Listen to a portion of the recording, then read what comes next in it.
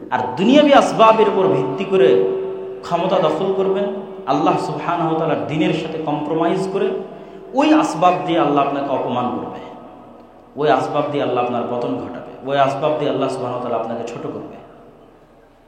এটা আল্লাহ সুবহানাহু ওয়া তাআলার নিয়ম। মানুষ যখন আল্লাহ ব্যতীত অন্য কাউকে বেশি ভালোবাসে, ইবনুল কাইয়িম রাহিমাহুল্লাহ বলছেন, ওইটা দিয়ে আল্লাহ সুবহানাহু ওয়া তাআলা ওকে কষ্ট দেয়। মনে করেন কোনো একজন মেয়েকে আপনি আল্লাহর চেয়ে বেশি ভালোবেসেছেন, ওই মেয়ে আপনাকে এমন ছেঁকা দেওয়া দিবে, ওইটা দিয়ে আল্লাহ সুবহানাহু ওয়া তাআলা আপনাকে কষ্ট দেবে। এই জন্য ভুলেও কোনো কিছুকে আল্লাহ সুবহানাহু ওয়া তাআলার চেয়ে বেশি ভালোবাসতেন। মনে করেন টাকাকে আপনি আল্লাহ সুবহানাহু ওয়া তাআলার চেয়ে বেশি ভালোবাসতেন, টাকা দিয়ে আল্লাহ সুবহানাহু ওয়া তাআলা আপনাকে ধ্বংস করে দেবে। এটা আল্লাহ সুবহানাহু ওয়া তাআলার নিয়ম।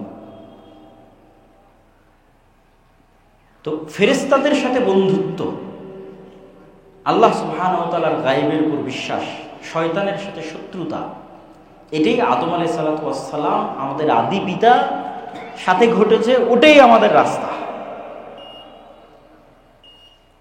এই জন্য আপনাকে এবং আমাকে সতর্ক করার জন্য রাসূলুল্লাহ সাল্লাল্লাহু আলাইহি ওয়াসাল্লাম বলেছেন, মা মিন মাউলুদিন, এমন কোনো আদম সন্তান নেই, জন্ম নেয়নি, যার সাথে দুইজন বন্ধু সবসময় থাকে না। একজন ফেরেশতা বন্ধু, একজন শয়তান বন্ধু। প্রত্যেক আদম সন্তানের সাথে সবসময় একজন শয়তান বন্ধু, একজন ফেরেশতা বন্ধু। এবং রাসূল সাল্লাল্লাহু আলাইহি সাল্লাম আরো বলছেন, মানুষের মাথায় যখন কল্যাণকর কোনো চিন্তা আসে এটা ফেরেশতার কাছ থেকে, অকল্যাণকর কোনো চিন্তা আসে সেটা শয়তানের পক্ষ থেকে। তাহলে আপনি যখনই মনে করবেন যে আপনি একাই আছেন, আর কোরআন এবং হাদিস বলছে আপনি একসাথে তিনজন আছেন, আপনি নিজে, আপনার ফেরেশতা বন্ধু, আপনার শয়তান বন্ধু, যখন আপনি মনে করবেন তিনজন আছেন তখন ফাইট হবে। আর যখন মনে করবেন আপনি একাই আছেন এবং মনে করছেন ফজরে ঘুমিয়ে আছি, এটা তো আমার নিজের জন্যই ঘুমিয়ে আছি, গান শুনছি, এটা তো আসলে আমারই শুনতে ভালো লাগছে এই জন্য শুনছি, এটাই তো শয়তানের সবচেয়ে বড় ধোঁকা এটাই। আর আপনি যদি ফজরে ঘুমিয়েও থাকেন এই মনে করে যে আমাকে ঘুমিয়ে রাখাচ্ছে শয়তান, এইটা ওই ঘুমিয়ে থাকার চেয়ে ভালো যেই ঘুমিয়ে থাকায় আপনি মনে করছেন আপনি ঘুমিয়ে আছেন।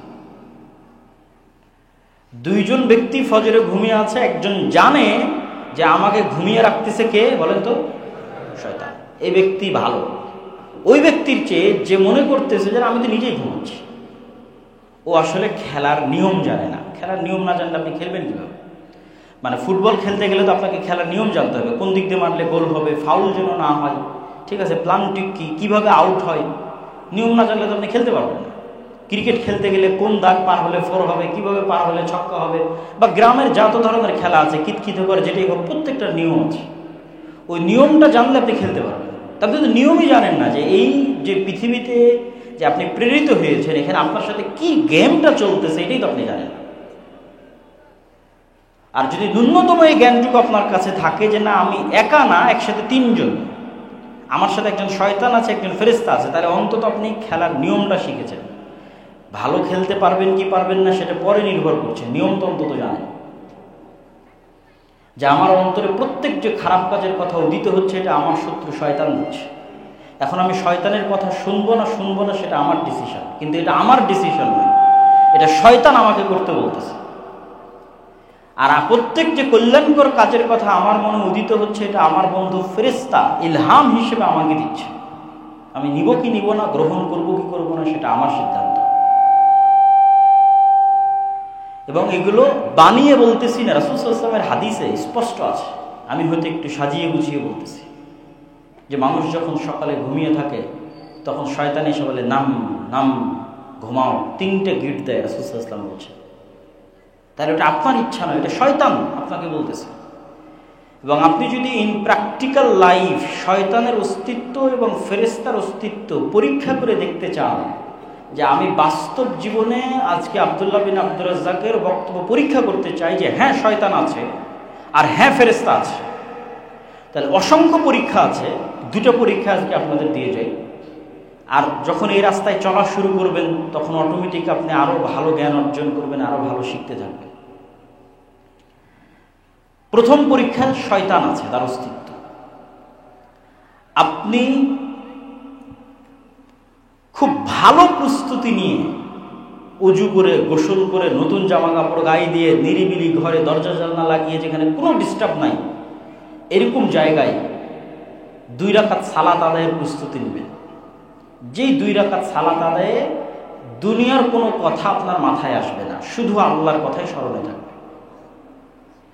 এই যে এত লম্বা প্রস্তুতি নিয়েছেন, নিজের নাফসের উপর কন্ট্রোল রাখতেছেন, কোনো ডিস্টার্ব নাই, মোবাইল নাই, আওয়াজ নাই, সাউন্ড নাই, কিচ্ছু নাই, সালাত শুরু করেছেন, 2 মিনিট যেতে না যেতেই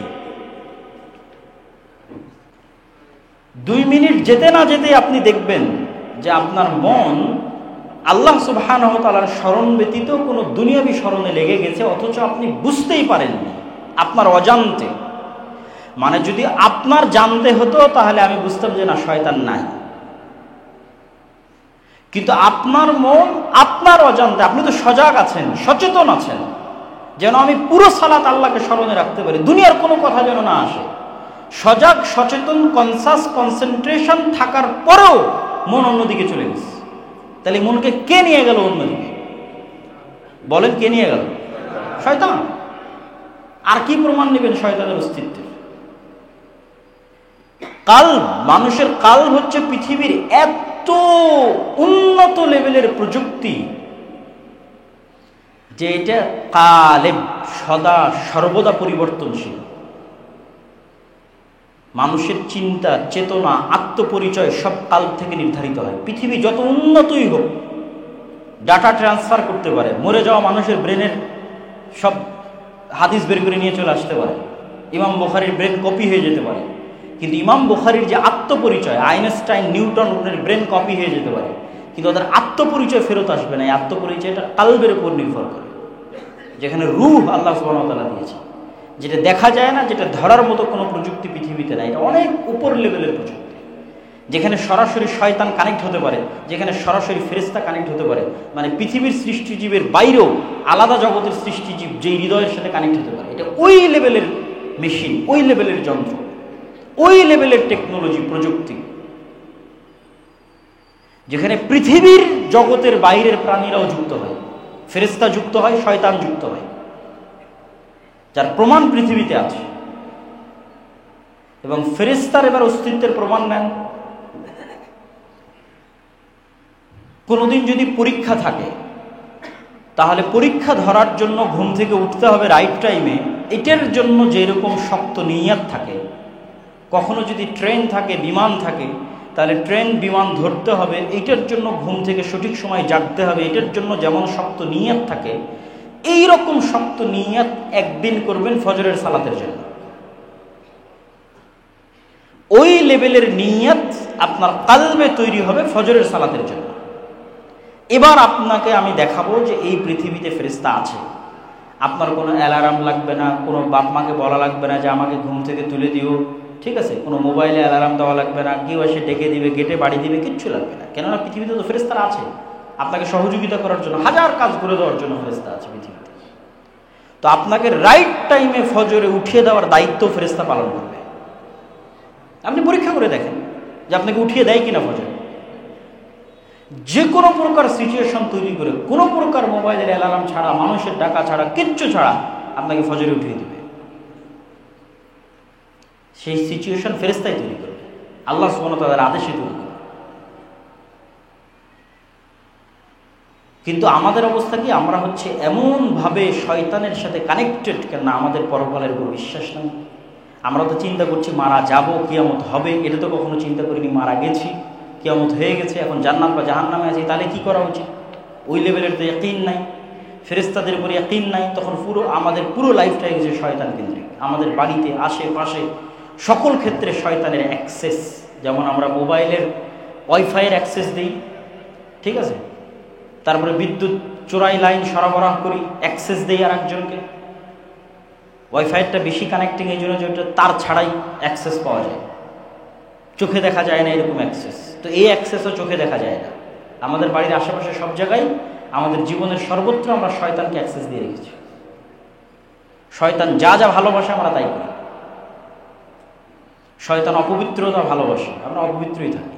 কেউ পেশাবের যত্ন নেয় না, পেশাব ছিটে না আসুক সেই দিকে খেয়াল করে না, অজু অবস্থায় থাকতে হবে সেই মর্মে কোনো সচেতনতা নেই। সালাতবিহীন জীবন, এটা তো শয়তানের জন্য সবচেয়ে সুবর্ণ সুযোগ। কুকুর শ্রীগালের মতো জীবন, সালাতবিহীন জীবন। তাহলে তো 24 ঘন্টা আমার আশেপাশে শয়তান আছে। বাড়িতে ঢোকার সময় সালাম নাই, খাওয়ার সময় বিসমিল্লাহ নাই, জিকির নাই, তাহলে কন্টিনিউয়াস আমি শয়তানের সাথে জীবনযাপন করতেছি, শয়তানের গোলাম হিসেবে, শয়তানের দাস হিসেবে। আর যদি আমি আল্লাহ সুবহানাহু ওয়া তাআলার সাথে কানেক্ট হতে চাই, সঠিক রাস্তায় থাক, তাহলে তো আপনি যখন শয়তানের সাথে আছেন তখন আপনি সঠিক রাস্তায় ফিরবেন কিভাবে? সহযোগিতাকারী বন্ধুই তো নাই। বন্ধু থাকলে না সে আশেপাশে ব্রেনের মধ্যে মাঝে মধ্যে ভালো কথা দিবে, তাহলে কিছু ভালো কাজ করার উৎসাহ তৈরি হবে। তো সব শত্রুকে বন্ধু করে রেখেছে, ভালো কাজের ইচ্ছা তৈরি হবে কোথায় থেকে? তৈরি হবে না ইচ্ছা, অন্তর মারা গেছে, মৃত অন্তর। আর যখন আশেপাশে ফেরেশতাকে অ্যাক্সেস দিবেন, পবিত্র ফেরেশতারা পবিত্র, এরা পবিত্রতা ভালোবাসে। রাসূল সাল্লাল্লাহু আলাইহি ওয়াসাল্লামের মুখের স্বাভাবিক গন্ধ ফেরেশতা সহ্য করতে পারত না, আপনার বিড়ির গন্ধ কিভাবে সহ্য করবে বলেন? রাসূল সাল্লাল্লাহু আলাইহি সাল্লামের মুখের পবিত্র গন্ধ ফেরেশতাদের কষ্ট হতো, এই কারণে বারবার রাসূল সাল্লাল্লাহু আলাইহি সাল্লামকে বলতো আপনি মিসওয়াক করেন, মিসওয়াক করেন, মিসওয়াক করেন। আল্লাহ নবী বলছে তোমরা কেউ পেঁয়াজ রসুন খেয়ে মসজিদে আসবে না, ফেরেশতাদের কষ্ট হয়। আপনি যদি সারাদিন বিড়ি সিগারেটের মধ্যে তাহলে আপনার আশেপাশে ফেরেশতা আসবে? তাহলে আপনার আশেপাশে সবসময় কে আছে? শয়তান আছে। তাহলে আশেপাশে শয়তান আছে এবং আপনিও শয়তানের বন্ধু হিসেবে আপনিও আস্ত একটা শয়তান পৃথিবীতে বসবাস করতেছেন, কিছুই করার নাই। আর যখন আপনি পবিত্র থাকবেন, সালাত আদায় করবেন, জিকির 24 ঘন্টার যে পরিবর্ধনের উপর আল্লাহ সুবহানাহু ওয়া তাআলা জিকির দিয়েছে। বাড়িতে ঢুকলে, বাড়ি থেকে বের হলে, গাড়িতে উঠলে, মসজিদে ঢুকলে, মসজিদ থেকে বের হলে, টয়লেটে প্রবেশ করলে, টয়লেট থেকে বের হলে, এগুলো প্রত্যেকটা তো আসলে শয়তানের বিরুদ্ধে এক একটা অস্ত্র, যুদ্ধাস্ত্র। যখন ওগুলো সবসময় আপনি ইউজ করবেন তখন আপনার আশেপাশে সবসময় ফেরেশতা থাকবে, বাড়িতে রহমতের ফেরেশতারা থাকবে। এমনি আপনার ভালো কাজের মন তৈরি হবে, সালাত আদায় করতে মন চাইবে, কোরআন তেলাওয়াত করতে মন চাইবে। আর সবসময় শয়তান থাকলে বছরও কোনোদিন কোরআন পড়া হবে না। শয়তানের অস্তিত্বের আরেকটা প্রমাণ হচ্ছে কোরআন। কোরআন পড়ার আগে আল্লাহ বলছে আউযু বিল্লাহি মিনাশ শাইতানির রাজিম, শয়তান থেকে বাঁচতে চাও, কেন এই কোরআন শয়তান তোমাকে পড়তেই দিবে না। আপনি ফেসবুক চালান, ঘন্টার পর ঘন্টা চালাতে পারবেন, মুভি দেখেন, নাটক দেখেন, চায়ের স্টলে বসে টিভি দেখেন, ঘন্টার পর ঘন্টা দেখতে পারবেন। আসেন 5 মিনিট কোরআন পড়েন,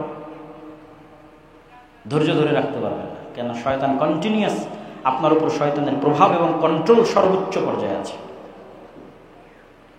সম্মানিত উপস্থিতি, গায়েবের প্রতি ঈমান মজবুত করা এবং পৃথিবীতে যে আমরা অবস্থান করছি এই পৃথিবীর অস্তিত্বটা পরকালের নিশ্চয়তার সাথে তুলনা করা এবং পৃথিবীতে আসলে খেলাটা কিভাবে চলতেছে শয়তান এবং ফেরেশতার অস্তিত্বের মাধ্যমে এটা অনুধাবন করা এবং সে অনুযায়ী আল্লাহ সুবহানাহু ওয়া তাআলার উপর আস্থা এবং বিশ্বাস রেখে ভালো বন্ধুদের একটা হচ্ছে ফেরেশতা, তাদের আরও নিকটবর্তী হওয়া, আল্লাহ সুবহানাহু ওয়া তাআলার আরও নিকটবর্তী হওয়া,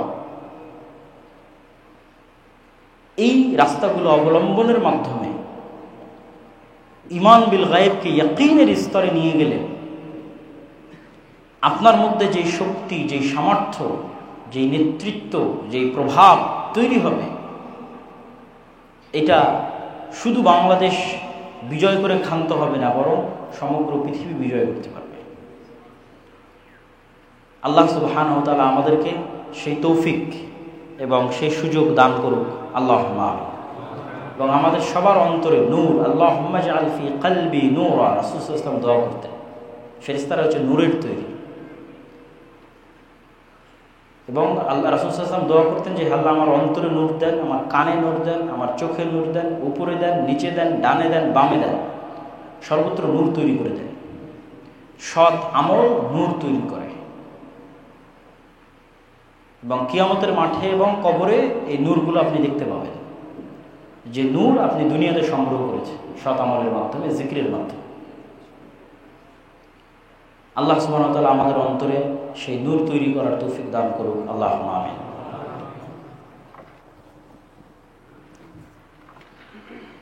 আলহামদুলিল্লাহি ওয়াহদাহু ওয়াসসালাতু ওয়াসসালামু আলা মান লা নাবিয়্যা বা'দাহু। আজকে আমরা যে মসজিদে এসেছি এই মসজিদ হচ্ছে বাইতুন নূর মসজিদ, যা আজকে প্রথম জুমার খুতবার মাধ্যমে উদ্বোধন হচ্ছে। রাসূল সাল্লাল্লাহু আলাইহি ওয়াসাল্লামের হাদিস অনুযায়ী আল্লাহর সবচেয়ে পবিত্র জায়গা হচ্ছে মসজিদ এবং সবচেয়ে অপছন্দনীয় জায়গা হচ্ছে বাজার।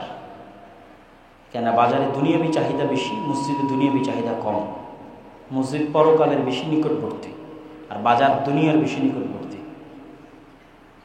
তো মসজিদে আসলে এবং মসজিদে বসে থাকলে সালাত আদায়ের পর যতক্ষণ বসে থাকবে ততক্ষণ ফেরেশতা তার উপর দরুদ, তার রহমত এবং বরকতের জন্য আল্লাহ সুবহানাহু ওয়া তাআলার নিকট দোয়া করতে থাকবে।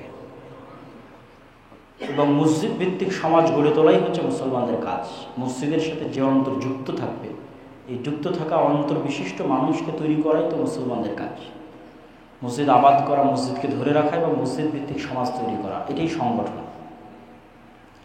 এর চেয়ে পাওয়ারফুল কোনো সংগঠন পৃথিবীতে আসেও নি, ভবিষ্যতেও আসবে না। এর চেয়ে পাওয়ারফুল কোনো সিস্টেম যেটার মাধ্যমে মানুষ একটা আদর্শকে লালন করবে, একটা আদর্শকে ধরে রাখবে, এর চেয়ে পাওয়ারফুল সিস্টেম পৃথিবীতে আসেও নি, ভবিষ্যতেও আসবে না। সেটা হচ্ছে ইসলামের আদর্শকে লালন করার জন্য মসজিদ ভিত্তিক সমাজ ব্যবস্থা গড়ে তোলা। তো যারা এই মসজিদ তৈরির উদ্যোগ নিয়েছে এবং এই পর্যন্ত আসতে পেরেছে, আমি কিছু যুবকদেরকে চিনি, তারাই হয়তো মূল উদ্যোক্তা। তো তারা এত বড় সাহস করেছে এবং এই পর্যন্ত আসতে পেরেছে।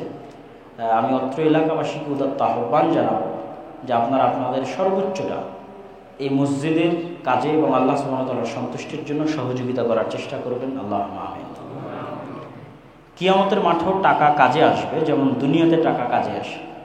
দুনিয়াতে বিপদে পড়ে গেলেই দেখবেন যে টাকা কাজে আসে। অসুখ হলে টাকা লাগে, কেস কোর্ট কাচারি মামলাতে পড়লে টাকা লাগে, ঠিক আছে, অফিস আদালত বিভিন্ন জায়গায় কাজ পার করে নেওয়ার জন্য টাকা লাগে, বিপদে আপদে টাকা লাগে। কিয়ামতের মাঠেও যখন বিপদে পড়বেন তখন টাকা লাগবে, কিন্তু তখন তো আর নতুন করে টাকা তৈরি হবে না।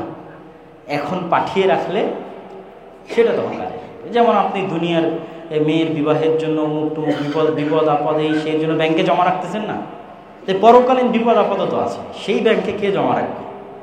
ওইটা তো আর তখন তৈরি হবে না, কিয়ামতের মাঠে তো আর তৈরি হবে না। কিন্তু পরকালে কিন্তু মানুষ যে কোনো সময় বিপদে পড়ে যাবে। কত গুনাহ করেছেন, কতজনকে গালি দিয়েছেন, গীবত দিয়েছেন, কি করেছেন, ঠিক মতো সালাত আদায় করেন, অমুক তুমুক অসংখ্য বিপদ। ওগুলো কাভার দিবে কি? ওগুলো কাভার দেওয়ার জন্য প্রচুর পরিমাণে ব্যাংকে টাকা জমা রাখতে হবে, পরকালের ব্যাংকে, যাতে আল্লাহ সুবহানাহু ওয়া তাআলার নিকটে। আর আল্লাহর কাছে জমা রাখার সবচেয়ে বড় ফায়দা হচ্ছে ব্যাংকে আর আপনাকে কত % লাভ দেবে। আর আল্লাহ সুবহানাহু ওয়া তাআলা ওটাকে 1 গুণ, 10 গুণ, 700 গুণ এবং চাইলে তার চেয়েও বেশি বাড়াতে থাকবে। একটা টাকাকে আল্লাহ সুবহানাহু ওয়া তাআলা এভাবে কিয়ামত পর্যন্ত বাড়াতেই থাকবে। তাহলে যখন আপনার পরকালের ব্যাংকে ভালো পরিমাণ অ্যামাউন্ট আছে, মানে আপনি কোটি কোটি টাকার মালিক কিয়ামতের মাঠে, তাহলে এখন শত শত পাওনাদার যদি চলে আসে, কখন কার গীবত করেছেন, কখন কাকে গালি দিয়েছেন, কখন কোথায় নামাজ ছুটে গেছে, তখন এই সমস্ত দানের নেকি দিয়ে তখন ওই সমস্ত গুনাহগুলো, ইবাদতের কমতিগুলো কভার হবে।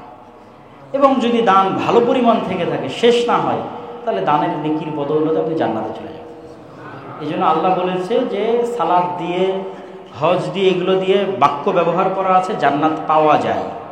আর দান এবং শহীদ এই দুইটার ক্ষেত্রে বলা আছে জান্নাত কেনা যায়, কেনার মালিকানা। আর একটা যে আমি দিলাম, দান করলাম, দুইটার মালিকানা ভিন্ন রকম। যে আমি আমার নিজের অর্জিত টাকা দিয়ে জমি কিনেছি, আর একটা হচ্ছে না আপনাকে কেউ হেবা সূত্রে দান করে দিল, দুটোর মধ্যে অনেক পার্থক্য। তাহলে কেউ যদি শহীদ হয়ে যায়, ও জান্নাত কিনে নিয়েছে।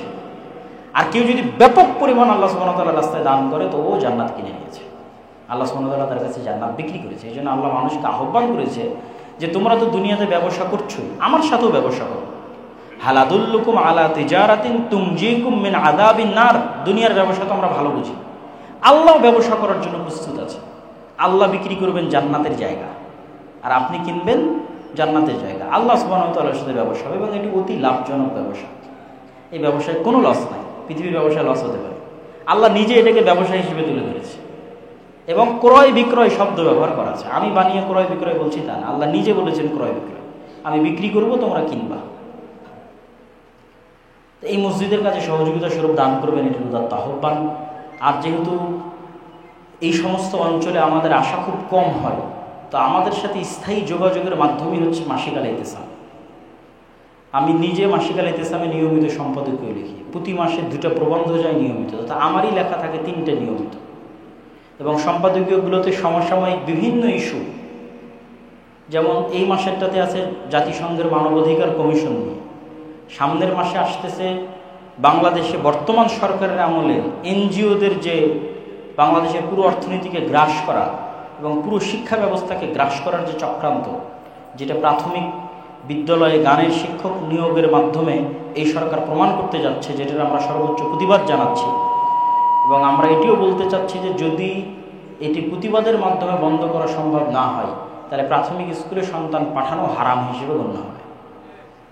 অদৃশ্যের উপর বিশ্বাস স্থাপন। আল্লাহ সুবহানাহু ওয়া তাআলা পবিত্র কোরআন মাজিদে একদম শুরুতেই যখন পবিত্র কোরআন যালিকাল কিতাবু লা রাইবা ফীহি হুদাল লিল মুত্তাকিন, এটি সেই কিতাব যা মুত্তাকিদের জন্য অবতীর্ণ হয়েছে, বলতে গিয়ে মুত্তাকিদের পরিচয়ে 1 নম্বরে উল্লেখ করেছেন ইউমিনুনা বিল গায়ব, যারা অদৃশ্যের উপর বিশ্বাস স্থাপন করে।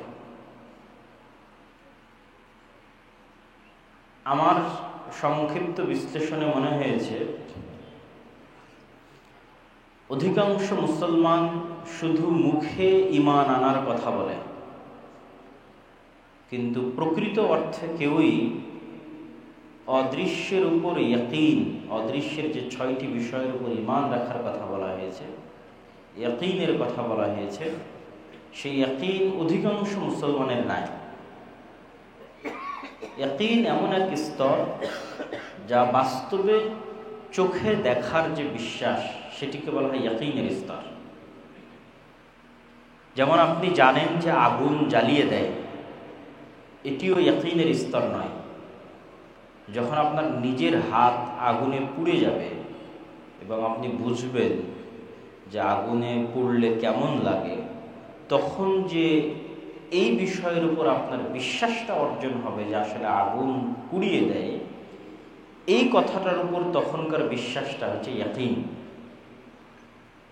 আপনি জানেন মক্কা মদিনা আছে, লন্ডন আছে, আমেরিকা আছে, কিন্তু কোনোদিন নিজে চোখে দেখেননি।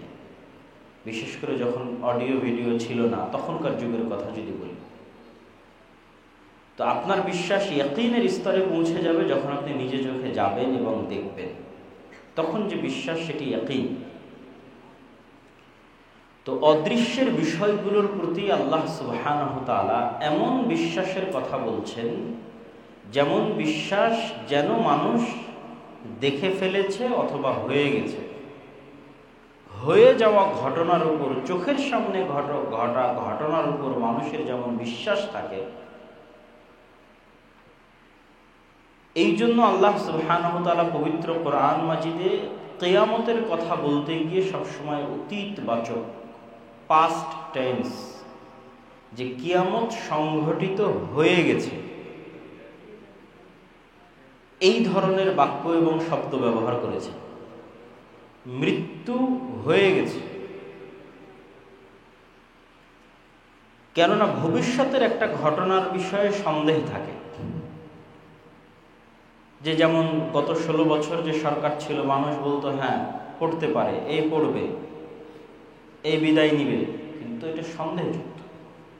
আর এখন নিশ্চিত যে চলে গেছে নাই, এই চলে গেছে নাই এটা কতটা সত্য, আর চলে যাবে থাকবে না ওইটা কতটা সত্য, দুটির মধ্যে অনেক পার্থক্য। তো মানুষ যদি এইভাবে মনে করে যে আমি একদিন মারা যাব, তাহলে এটা কোরআনের আলোকে বা ঈমান বিল গায়েবের যেই স্তরে বিশ্বাস দরকার, এটা সেই স্তরের বিশ্বাস নয়। তাহলে মানুষের কোন স্তরের বিশ্বাস লাগবে? যে আমি মারা গেছি, কিয়ামত হবে, এই স্তরের বিশ্বাসে কোনো কাজ হবে না। কিয়ামত সংঘটিত হয়ে গেছে, এই স্তরের বিশ্বাস দরকার। এবং এগুলো অবাস্তব নয়। আপনি যদি এখন বসে কল্পনা করেন যে 2025, 26, 27 এভাবে গুনতে গুনতে 2099, তারপরে 2100, তো 2100 সালের পৃথিবীতে আমরা আজকে এখানে যারা বসে আছি কেউই নাই। এটাই সত্য, যে পৃথিবীতে যখন 2100 সাল আসবে তখন আমাদের যে গড় আয়ু, আমরা যারা এখানে আজকে উপস্থিত আছি তারা তখন কেউ নাই। তাহলে আমরা কি মারা গেছি। এবং এইরকমই কোনো এক সময় কিয়ামত সংঘটিত হবে, বিচার হবে, জান্নাত জাহান্নামের ফায়সালা হবে। মানুষকে ওই লেভেলের কল্পনা করতে হবে যে হ্যাঁ, কিয়ামত হয়ে গেছে, বিচার সম্পন্ন হয়ে গেছে, আল্লাহ সুবহানাহু ওয়া তাআলা জান্নাত এবং জাহান্নামের ফায়সালা শুনিয়ে দিয়েছেন, এবং আমি এখন হয় জান্নাতে আছি না হয় জাহান্নামে আছি। এটা হলো মানুষের এমন একটা ঠিকানা যার পরে আর হবে বলে কিছু নাই, তার আগ পর্যন্ত সব হয়ে গেছে। তো আপনি যদি কল্পনা করেন যে আল্লাহ সুবহানাহু ওয়া তাআলার দয়ায় আপনি এবং আমি জান্নাতে চলে গেছি, অতীত কল্পনা, মৃত্যু হয়ে গেছে, কবর সম্পূর্ণ হয়েছে, কিয়ামত সংঘটিত হয়ে গেছে, বিচার সম্পূর্ণ হয়ে গেছে, আমি এবং আপনি এখন জান্নাতে আছি, জান্নাতে চলে গেছি।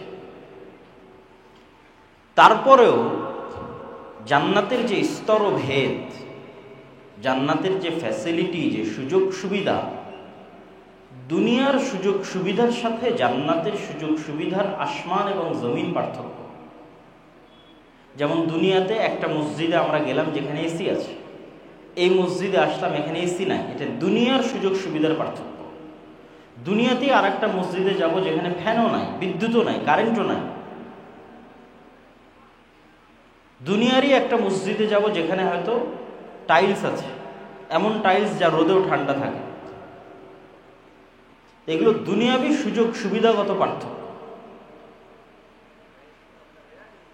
এর চাইতে বড় পার্থক্য তৈরি হবে জান্নাতে। দুনিয়ার পার্থক্য দেখে মানুষের যতটুকু আফসোস হয় যে ওর বাড়িতে এসি আছে আমার বাড়িতে নাই, ওর বাড়িতে কারেন্ট আছে আমার বাড়িতে নাই, ওর বাড়িতে ফ্রিজ আছে আমার বাড়িতে নাই, এই দুনিয়াবি সামান্য সুযোগ সুবিধা দেখে মানুষের মধ্যে যে আফসোস তৈরি হয়, জান্নাতের সুযোগ সুবিধার পার্থক্য এত বেশি যে ওখানকার আফসোসের মাত্রা হবে আরো বেশি। আমি জাহান্নামের কথা বলতেছি না, জান্নাতে যাওয়ার পর যে আফসোস হবে জান্নাতের সুযোগ সুবিধার পার্থক্যের কারণে। আমাদেরকে যদি সর্বনিম্ন স্তরের জান্নাত দেওয়া হয় তাহলে তার প্রশস্ততা আসমান এবং জমিনের সমান, তথা একজন ব্যক্তির রাজত্বই থাকবে আসমান এবং জমিনের সমান। এই 1-2 কাঠা নয়, সমগ্র পৃথিবী আল্লাহ সুবহানাহু ওয়া তাআলা তাকে দিয়ে দেবে। কিন্তু তারপরও আফসোস, একটা সুবিধাগত পার্থক্য বলি, যে জান্নাতের একটা ফ্যাসিলিটিগত পার্থক্য। যারা জান্নাতের সর্বোচ্চ স্তরে আছে তারা হয়তো এমনও স্তরে কেউ আছে যে সব সময় আল্লাহ সুবহানাহু ওয়া তাআলাকে দেখছে, এমনও স্তরে কেউ আছে যে হয়তো 1 সপ্তাহে দেখছে, কেউ হয়তো 1 মাসে দেখছে। আর আমরা হয়তো এমন সর্বনিম্ন স্তরে আছি যেখানে মাসকে মাস, বছরকে বছর পার হয়ে গেলেও আল্লাহ সুবহানাহু ওয়া তাআলার সাক্ষাৎ হয় না, দেখা হয় না। শুধু এই একটা সুযোগ সুবিধাগত পার্থক্য জান্নাতীদের হৃদয়ে যেই পরিমাণ আফসোস তৈরি করবে, এটা আমি জাহান্নামীদের হৃদয়ের আফসোস বলছি না। আমরা তো জান্নাতে চলেই গেছি, কিন্তু চলে যাওয়ার পর যে সুযোগ সুবিধার পার্থক্য তৈরি হয়েছে জান্নাতের স্তরে, তার একটা সুবিধাগত পার্থক্য বললাম আল্লাহ সুবহানাহু ওয়া তাআলাকে দেখা এবং না দেখা। তো আল্লাহ সুবহানাহু ওয়া তাআলাকে বছরকে বছর, মাসকে মাস না দেখতে পাওয়ার যে আফসোস অন্তরে তৈরি হবে, তখন মানুষ বলবে, ইস, দুনিয়াতে যদি আরেকটু আল্লাহ সুবহানাহু ওয়া তাআলার জিকির করতাম, আরেকটু আল্লাহ সুবহানাহু ওয়া তাআলাকে স্মরণ করতাম, আরেকটু গুনাহ কম করতাম, তাহলে আজকে জান্নাতে সর্বোচ্চ মর্যাদায় বা এর চেয়ে আরেকটু ভালো স্তরে, ভালো লেভেলে থাকতাম। যখন আপনি এই ধরনের কল্পনায় চলে যাবেন তখন আপনি দুনিয়ার বাস্তবতা এবং দুনিয়ার বিষয়ে কি সিদ্ধান্ত আপনার নেওয়া উচিত সেই সিদ্ধান্তগুলো সঠিকভাবে নিতে পারবেন। মুসলমানদের অধিকাংশ মুসলমানের ঈমান বিল গায়েব, ইয়াকিনের স্তরে তো নয়ই, অধিকাংশ আলেম ওলামা, বিভিন্ন ইসলামী দল সংগঠন, তাদেরও নয়। কি জন্য নয়? সবাই দুনিয়াবি আসবাব, আল্লাহ সুবহানাহু ওয়া তাআলা দুনিয়াতে কার্যকরণের যে সূত্র নির্ধারণ করেছেন এটিকেই সবাই সবকিছু মনে করে নিয়েছে। দুনিয়াতে কার্যকরণের কিছু লজিক, কিছু সূত্র আল্লাহ নির্ধারণ করে দিয়েছে, এটা কাজ করে। যেমন আগুন জ্বালাবে, এটা আল্লাহরই দেওয়া নির্ধারণ। ছুরি কাটবে, এটা আল্লাহ সুবহানাহু ওয়া তাআলারই দেওয়া নির্ধারণ। যারা জ্ঞানী হবে তারা শক্তিশালী হবে, যারা তাদের টাকা থাকবে, তাদের প্রভাব থাকবে, এগুলো আল্লাহ সুবহানাহু ওয়া তাআলার দেওয়া নিয়ম। তো দুনিয়াবি যে কার্যকরণের সূত্র আছে, এটাই সবকিছু। এই বিশ্বাস 90% বেশি মুসলমানের, আলেম ওলামার, ইসলামী দল এবং সংগঠনের। আল্লাহ সুবহানাহু ওয়া তাআলা চাইলে সবই পরিবর্তন করে দিতে পারেন। ঈমান বিল গায়ব, ঈমান বিল গায়বের একটা বড় অংশ হচ্ছে ফেরেশতা। ফেরেশতারা পৃথিবীতে আছে, ফেরেশতারা আমাদের সহযোগিতা করতে পারে, ফেরেশতারা আমাদের সহযোগিতায় আকাশ থেকে নেমে আসে, এগুলোর প্রতি আমাদের ন্যূনতম বিশ্বাস নাই। ইয়াকিন তো বহু দূরের কথা। হ্যাঁ, মুখে বলার সময় বলেছি আমানতু বিল্লাহি ওয়া মালাইকাতিহি ওয়া কুতুবিহি ওয়া রুসুলিহি, যে ঈমান আনয়ন করছি আল্লাহর উপর, আল্লাহর ফেরেশতার উপর, পরকালের উপর, কিন্তু বাস্তবে কারো ঈমান নাই। মুসা আলাইহিস সালাতু ওয়াস সালামকে আল্লাহ সুবহানাহু ওয়া তাআলা এটাই শিখিয়েছিলেন যে তুমি বাস্তবে যা চোখে দেখো, এটা হচ্ছে দুনিয়াবি কার্যকরণের সূত্র যা আল্লাহ নির্ধারণ করেছে। কিন্তু আল্লাহ সুবহানাহু ওয়া তাআলা চাইলে এটিকে মুহূর্তে পরিবর্তন করে দিতে পারেন। এটি আল্লাহর শক্তি এবং আল্লাহর ক্ষমতার উপর বিশ্বাস। এটা যেন মুসা আলাইহিস সালাতু ওয়াস সালাম খুব ভালোভাবে অনুভব করতে পারে। কেন মুসা আলাইহিস সালাম এত দুর্বল ছিলেন ফেরাউনের তুলনায়। আজকের মুসলমানেরা, আজকের বিশ্বের যারা মহাশক্তিধর, তাদের তুলনায় অত দুর্বল নয়। যত দুর্বল মুসা আলাইহিস সালাম এবং বানু ইসরাইল ফেরাউনের শক্তির কাছে ছিল, ফেরাউনের শক্তির কাছে মুসা এবং বানু ইসরাইল যত অসহায় ছিল, আজকের বিশ্বের মুসলমানেরা, আজকের যে সমস্ত জালেম রাষ্ট্র আছে, তাদের কাছে অত অসহায় নয়। তাহলে যখন মুসা আলাইহিস সালাতু ওয়াস সালাম সর্বোচ্চ অসহায়, তখন দুনিয়াবি কার্যকরণের কোনো সূত্র যেটা দিয়ে দুনিয়াতে কাজ হয়, সৈন্য সামন্ত লাগবে, অস্ত্রপাতি লাগবে, এতে কিছু নাই। না অস্ত্র আছে, সব লোক যারা তার নিজের জাতির, স্বজাতির, স্বগোত্রের সব গোলাম, কৃতদাস, সব ফেরাউনের কৃতদাস। তাহলে উনি কিভাবে স্বপ্ন দেখবে যে ফেরাউনের এই 1000 বছরের রাজত্ব, বিশাল সেনাবাহিনী, বিশাল পুলিশ, অস্ত্রপাতি, বিশাল জাদুকরদের বাহিনী, এদের সাথে উনি কি নিয়ে লড়াই করবে? উনি যদি শুধু দুনিয়াবি জিনিসের উপর ভরসা করে থাকে, তাহলে তো সম্ভব নয়। এই জন্য আল্লাহ সুবহানাহু ওয়া তাআলা ওনার হাতের লাঠিকে জ্যান্ত সাপ করে দিলেন। এবং মুসা আলাইহিস সালাতু ওয়াস সালামের হাতের লাঠি যে সাপে পরিণত হয়, এই সাপ বাস্তব সাপ। এবং জাদুকরদের সিজদা করার কারণও এটি, কেননা জাদুকরদের হাতেও যে লাঠি ছিল, যে দড়ি ছিল, সেগুলো কিন্তু সাপ হয়েছিল। মুসা আলাইহিস সালাম তো ওদের সাপ দেখে ভয় পেয়ে গেছে যে এতগুলো সাপ একসাথে ছুটে আসতেছে, তাহলে কেন জাদুকরেরা সিজদা করলো? জাদুকরদের হাতের দড়ি, হাতের লাঠিও সাপ হয়ে গেছে, কিন্তু ওগুলো ছিল জাদুর সাপ, বাস্তব সাপ হয় না। যেই সাপের বিষ থাকে, যেই সাপ খেয়ে ফেলে, বাস্তব জীবন্ত জ্যান্ত সাপ যেটা মাঠে আছে, এই সাপ হয় না। কিন্তু মুসা আলাইহিস সালাম যখন তার লাঠি ছেড়ে দিয়েছে, তখন এই লাঠিটা বাস্তব সাপে পরিণত হয়ে গেছে। তখন জাদুকরেরা বলছে তো জাদু নয়। আর একটা লাঠিকে বাস্তব সাপে পরিণত করা তো পৃথিবীতে কারো পক্ষেই সম্ভব নয়। তখন তারা সিজদায় অবনত হয়েছে যে না, ইনি আল্লাহ সুবহানাহু ওয়া তাআলার রাসূল। তাহলে মুসা আলাইহিস সালামকে আল্লাহ সুবহানাহু ওয়া তাআলা বাস্তবে দেখাচ্ছে যে পৃথিবীতে তুমি যা চোখে দেখো, এগুলো কিছুই নয়। আল্লাহ সুবহানাহু ওয়া তাআলা চাইলে যদি এই লাঠিকে এখন বাস্তব জ্যান্ত সাপে পরিণত করে দিতে পারে, তাহলে সারা বিশ্বের সুপার পাওয়ারদের কাছে যে পারমাণবিক বম আছে, ওগুলোকে পানিতে পরিণত করে দিতে পারে। কিন্তু ওই লেভেলের বিশ্বাস, ইয়াকিন মুসলমানদের নাই।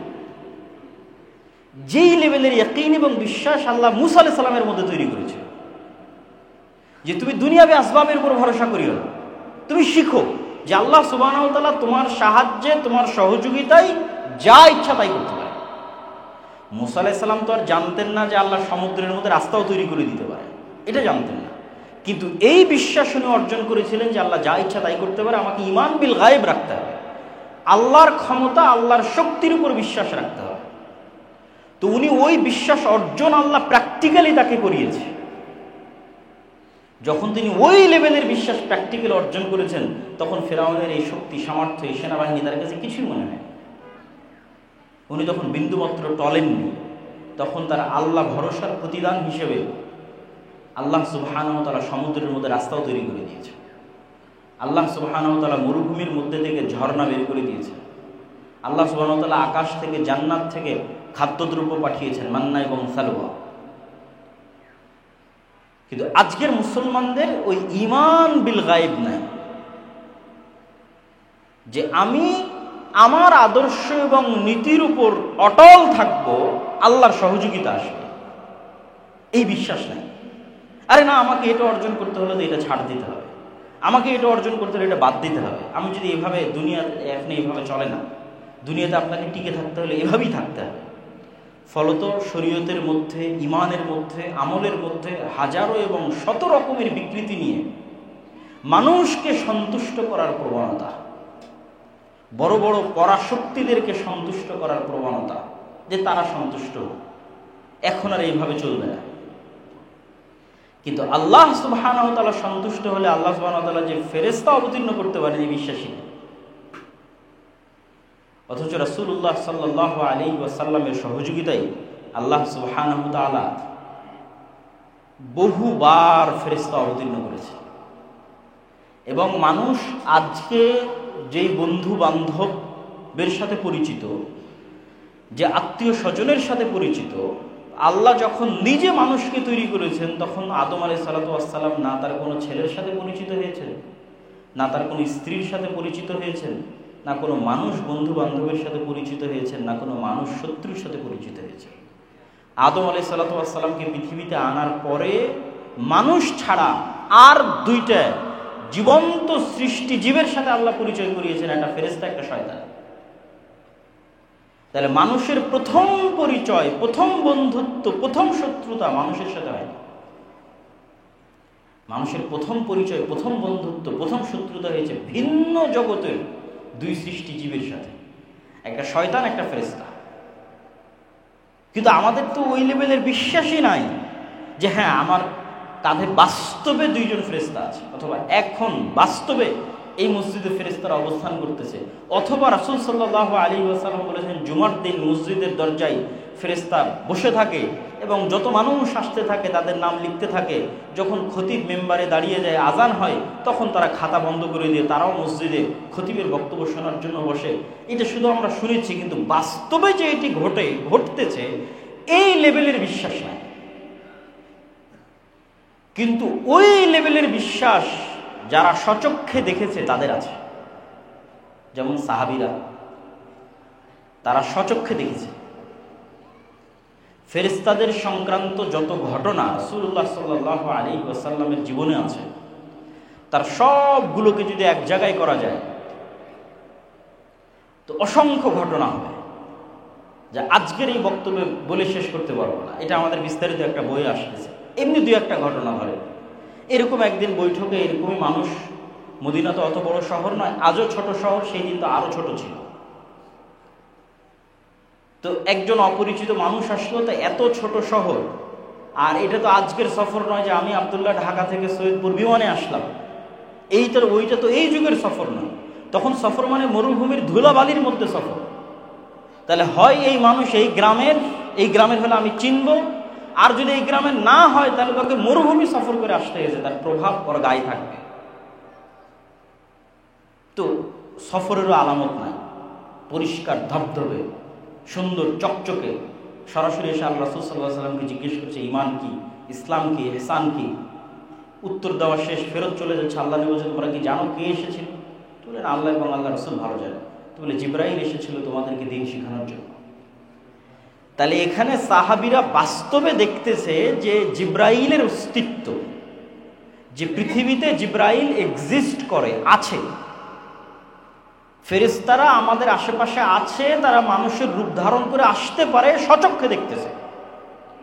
তাহলে ওদের ঈমান কোন লেভেলে থাকবে? ওরা মানুষের সাথে কম্প্রোমাইজ করতে চাইবে, না আল্লাহর ওই সাহায্যের ভরসায় আদর্শ অটল থেকে ঝাঁপিয়ে পড়বে? ওরা তো দেখেছে রাসূল সাল্লাল্লাহু আলাইহি ওয়াসাল্লামের সাথে বদরের যুদ্ধে, উহুদের যুদ্ধে, খন্দকের যুদ্ধে কিভাবে ফেরেশতা নেমে আসতো। সাদ বিন মুআজের জানাজার ক্ষেত্রে রাসূল সাল্লাল্লাহু আলাইহি ওয়াসাল্লাম বলছেন যে সাদ বিন মুআজের জানাজায় 70,000 ফেরেশতা অংশগ্রহণ করেছে, এবং তার লাশ যখন ভারী হচ্ছিল ওজনে, রাসূল সাল্লাল্লাহু আলাইহি ওয়াসাল্লাম বললেন এই লাশের সাথে ফেরেশতা আছে এত বেশি পরিমাণে যে লাশের ওজন ভারী হয়ে গেছে। খন্দকের যুদ্ধ শেষ করে রাসূল সাল্লাল্লাহু আলাইহি ওয়াসাল্লাম যখন বাড়িতে আসলেন, এসে যখন তার তরবারি রেখে দিয়ে গোসল করতে যাচ্ছেন, জিবরাইল এসে বলছে আপনি তরবারি রেখে দিয়েছেন, আমরা তো রাখিনি। কেন? ওই যে ইহুদিদের 3টা গোত্র, বানু কুরাইজা, বানু কায়নুকা, বানু নাজির, এরা বিশ্বাসঘাতকতা করেছিল খন্দকের সময়, এদেরকে শেষ করতে হবে, বিশ্বাসঘাতক রাখা যাবে না, মদিনা থেকে বের করে দিতে হবে। তো আনাস রাদিয়াল্লাহু তাআলা আনহু বলছে যে আমরা যখন ইহুদিদের এই গোত্রগুলোর দিকে এগিয়ে যাচ্ছিলাম, তখন এদের বাসস্থলের অলিগলিতে জিবরাইলের বাহিনীর উড়ন্ত ধুলা আমরা দেখছিলাম। সহিহ হাদিস, যে জিবরাইলের বাহিনীর উড়ন্ত ধুলা আমাদের আগে আমরা সচক্ষে দেখছিলাম। তাহলে তারা নিজে চোখে ফেরেশতাদের সহযোগিতা দেখেছে, যে আল্লাহ আসমান থেকে ফেরেশতা পাঠিয়েছে মুহাম্মদ সাল্লাল্লাহু আলাইহি ওয়াসাল্লামকে সহযোগিতা করার জন্য। তাহলে ওদের ঈমান কোন লেভেলের? ঈমান বিল গায়ব, যে ফেরেশতা আছে, ফেরেশতা আমাদের হিসাব লিখছে, এবং ফেরেশতারা আমাদের সাহায্যে পৃথিবীতে নেমে আসতে পারে। এরকম কত অসংখ্য হাদিস, একের পর এক বলতে থাকলে হাদিস শেষ হবে না, শুধু ফেরেশতা সংক্রান্ত হাদিস। কিন্তু আপনি মুসলমানদের কাছে যান, আলেম ওলামাদের কাছে যান, সবাই দুনিয়াবী আসবাবের উপর ভরসা করে আছে। কারো আল্লাহ সুবহানাহু ওয়া তাআলার শক্তি, ক্ষমতা এবং গায়েবের উপর বিশ্বাস নাই এবং অটল ঈমান নাই।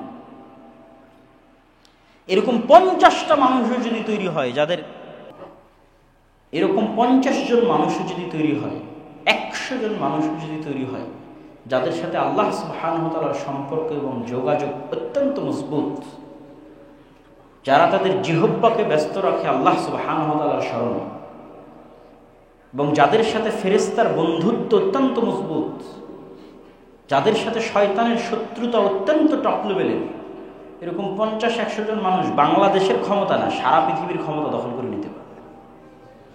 মানে কেউ চিন্তা করতেছে যে সে দুনিয়াবী আসবাব ব্যবহার করে বাংলাদেশের ক্ষমতা দখলে নেবে, আর আল্লাহ সুবহানাহু ওয়া তাআলা কোরআনে বলে রেখেছে সারা পৃথিবীর ক্ষমতা দখলের রাস্তা। কিন্তু লাগবে ঈমান বিল গায়বের সর্বোচ্চ স্তর, সারা পৃথিবীর ক্ষমতা দখল হয়ে যাবে, শুধু বাংলাদেশ না।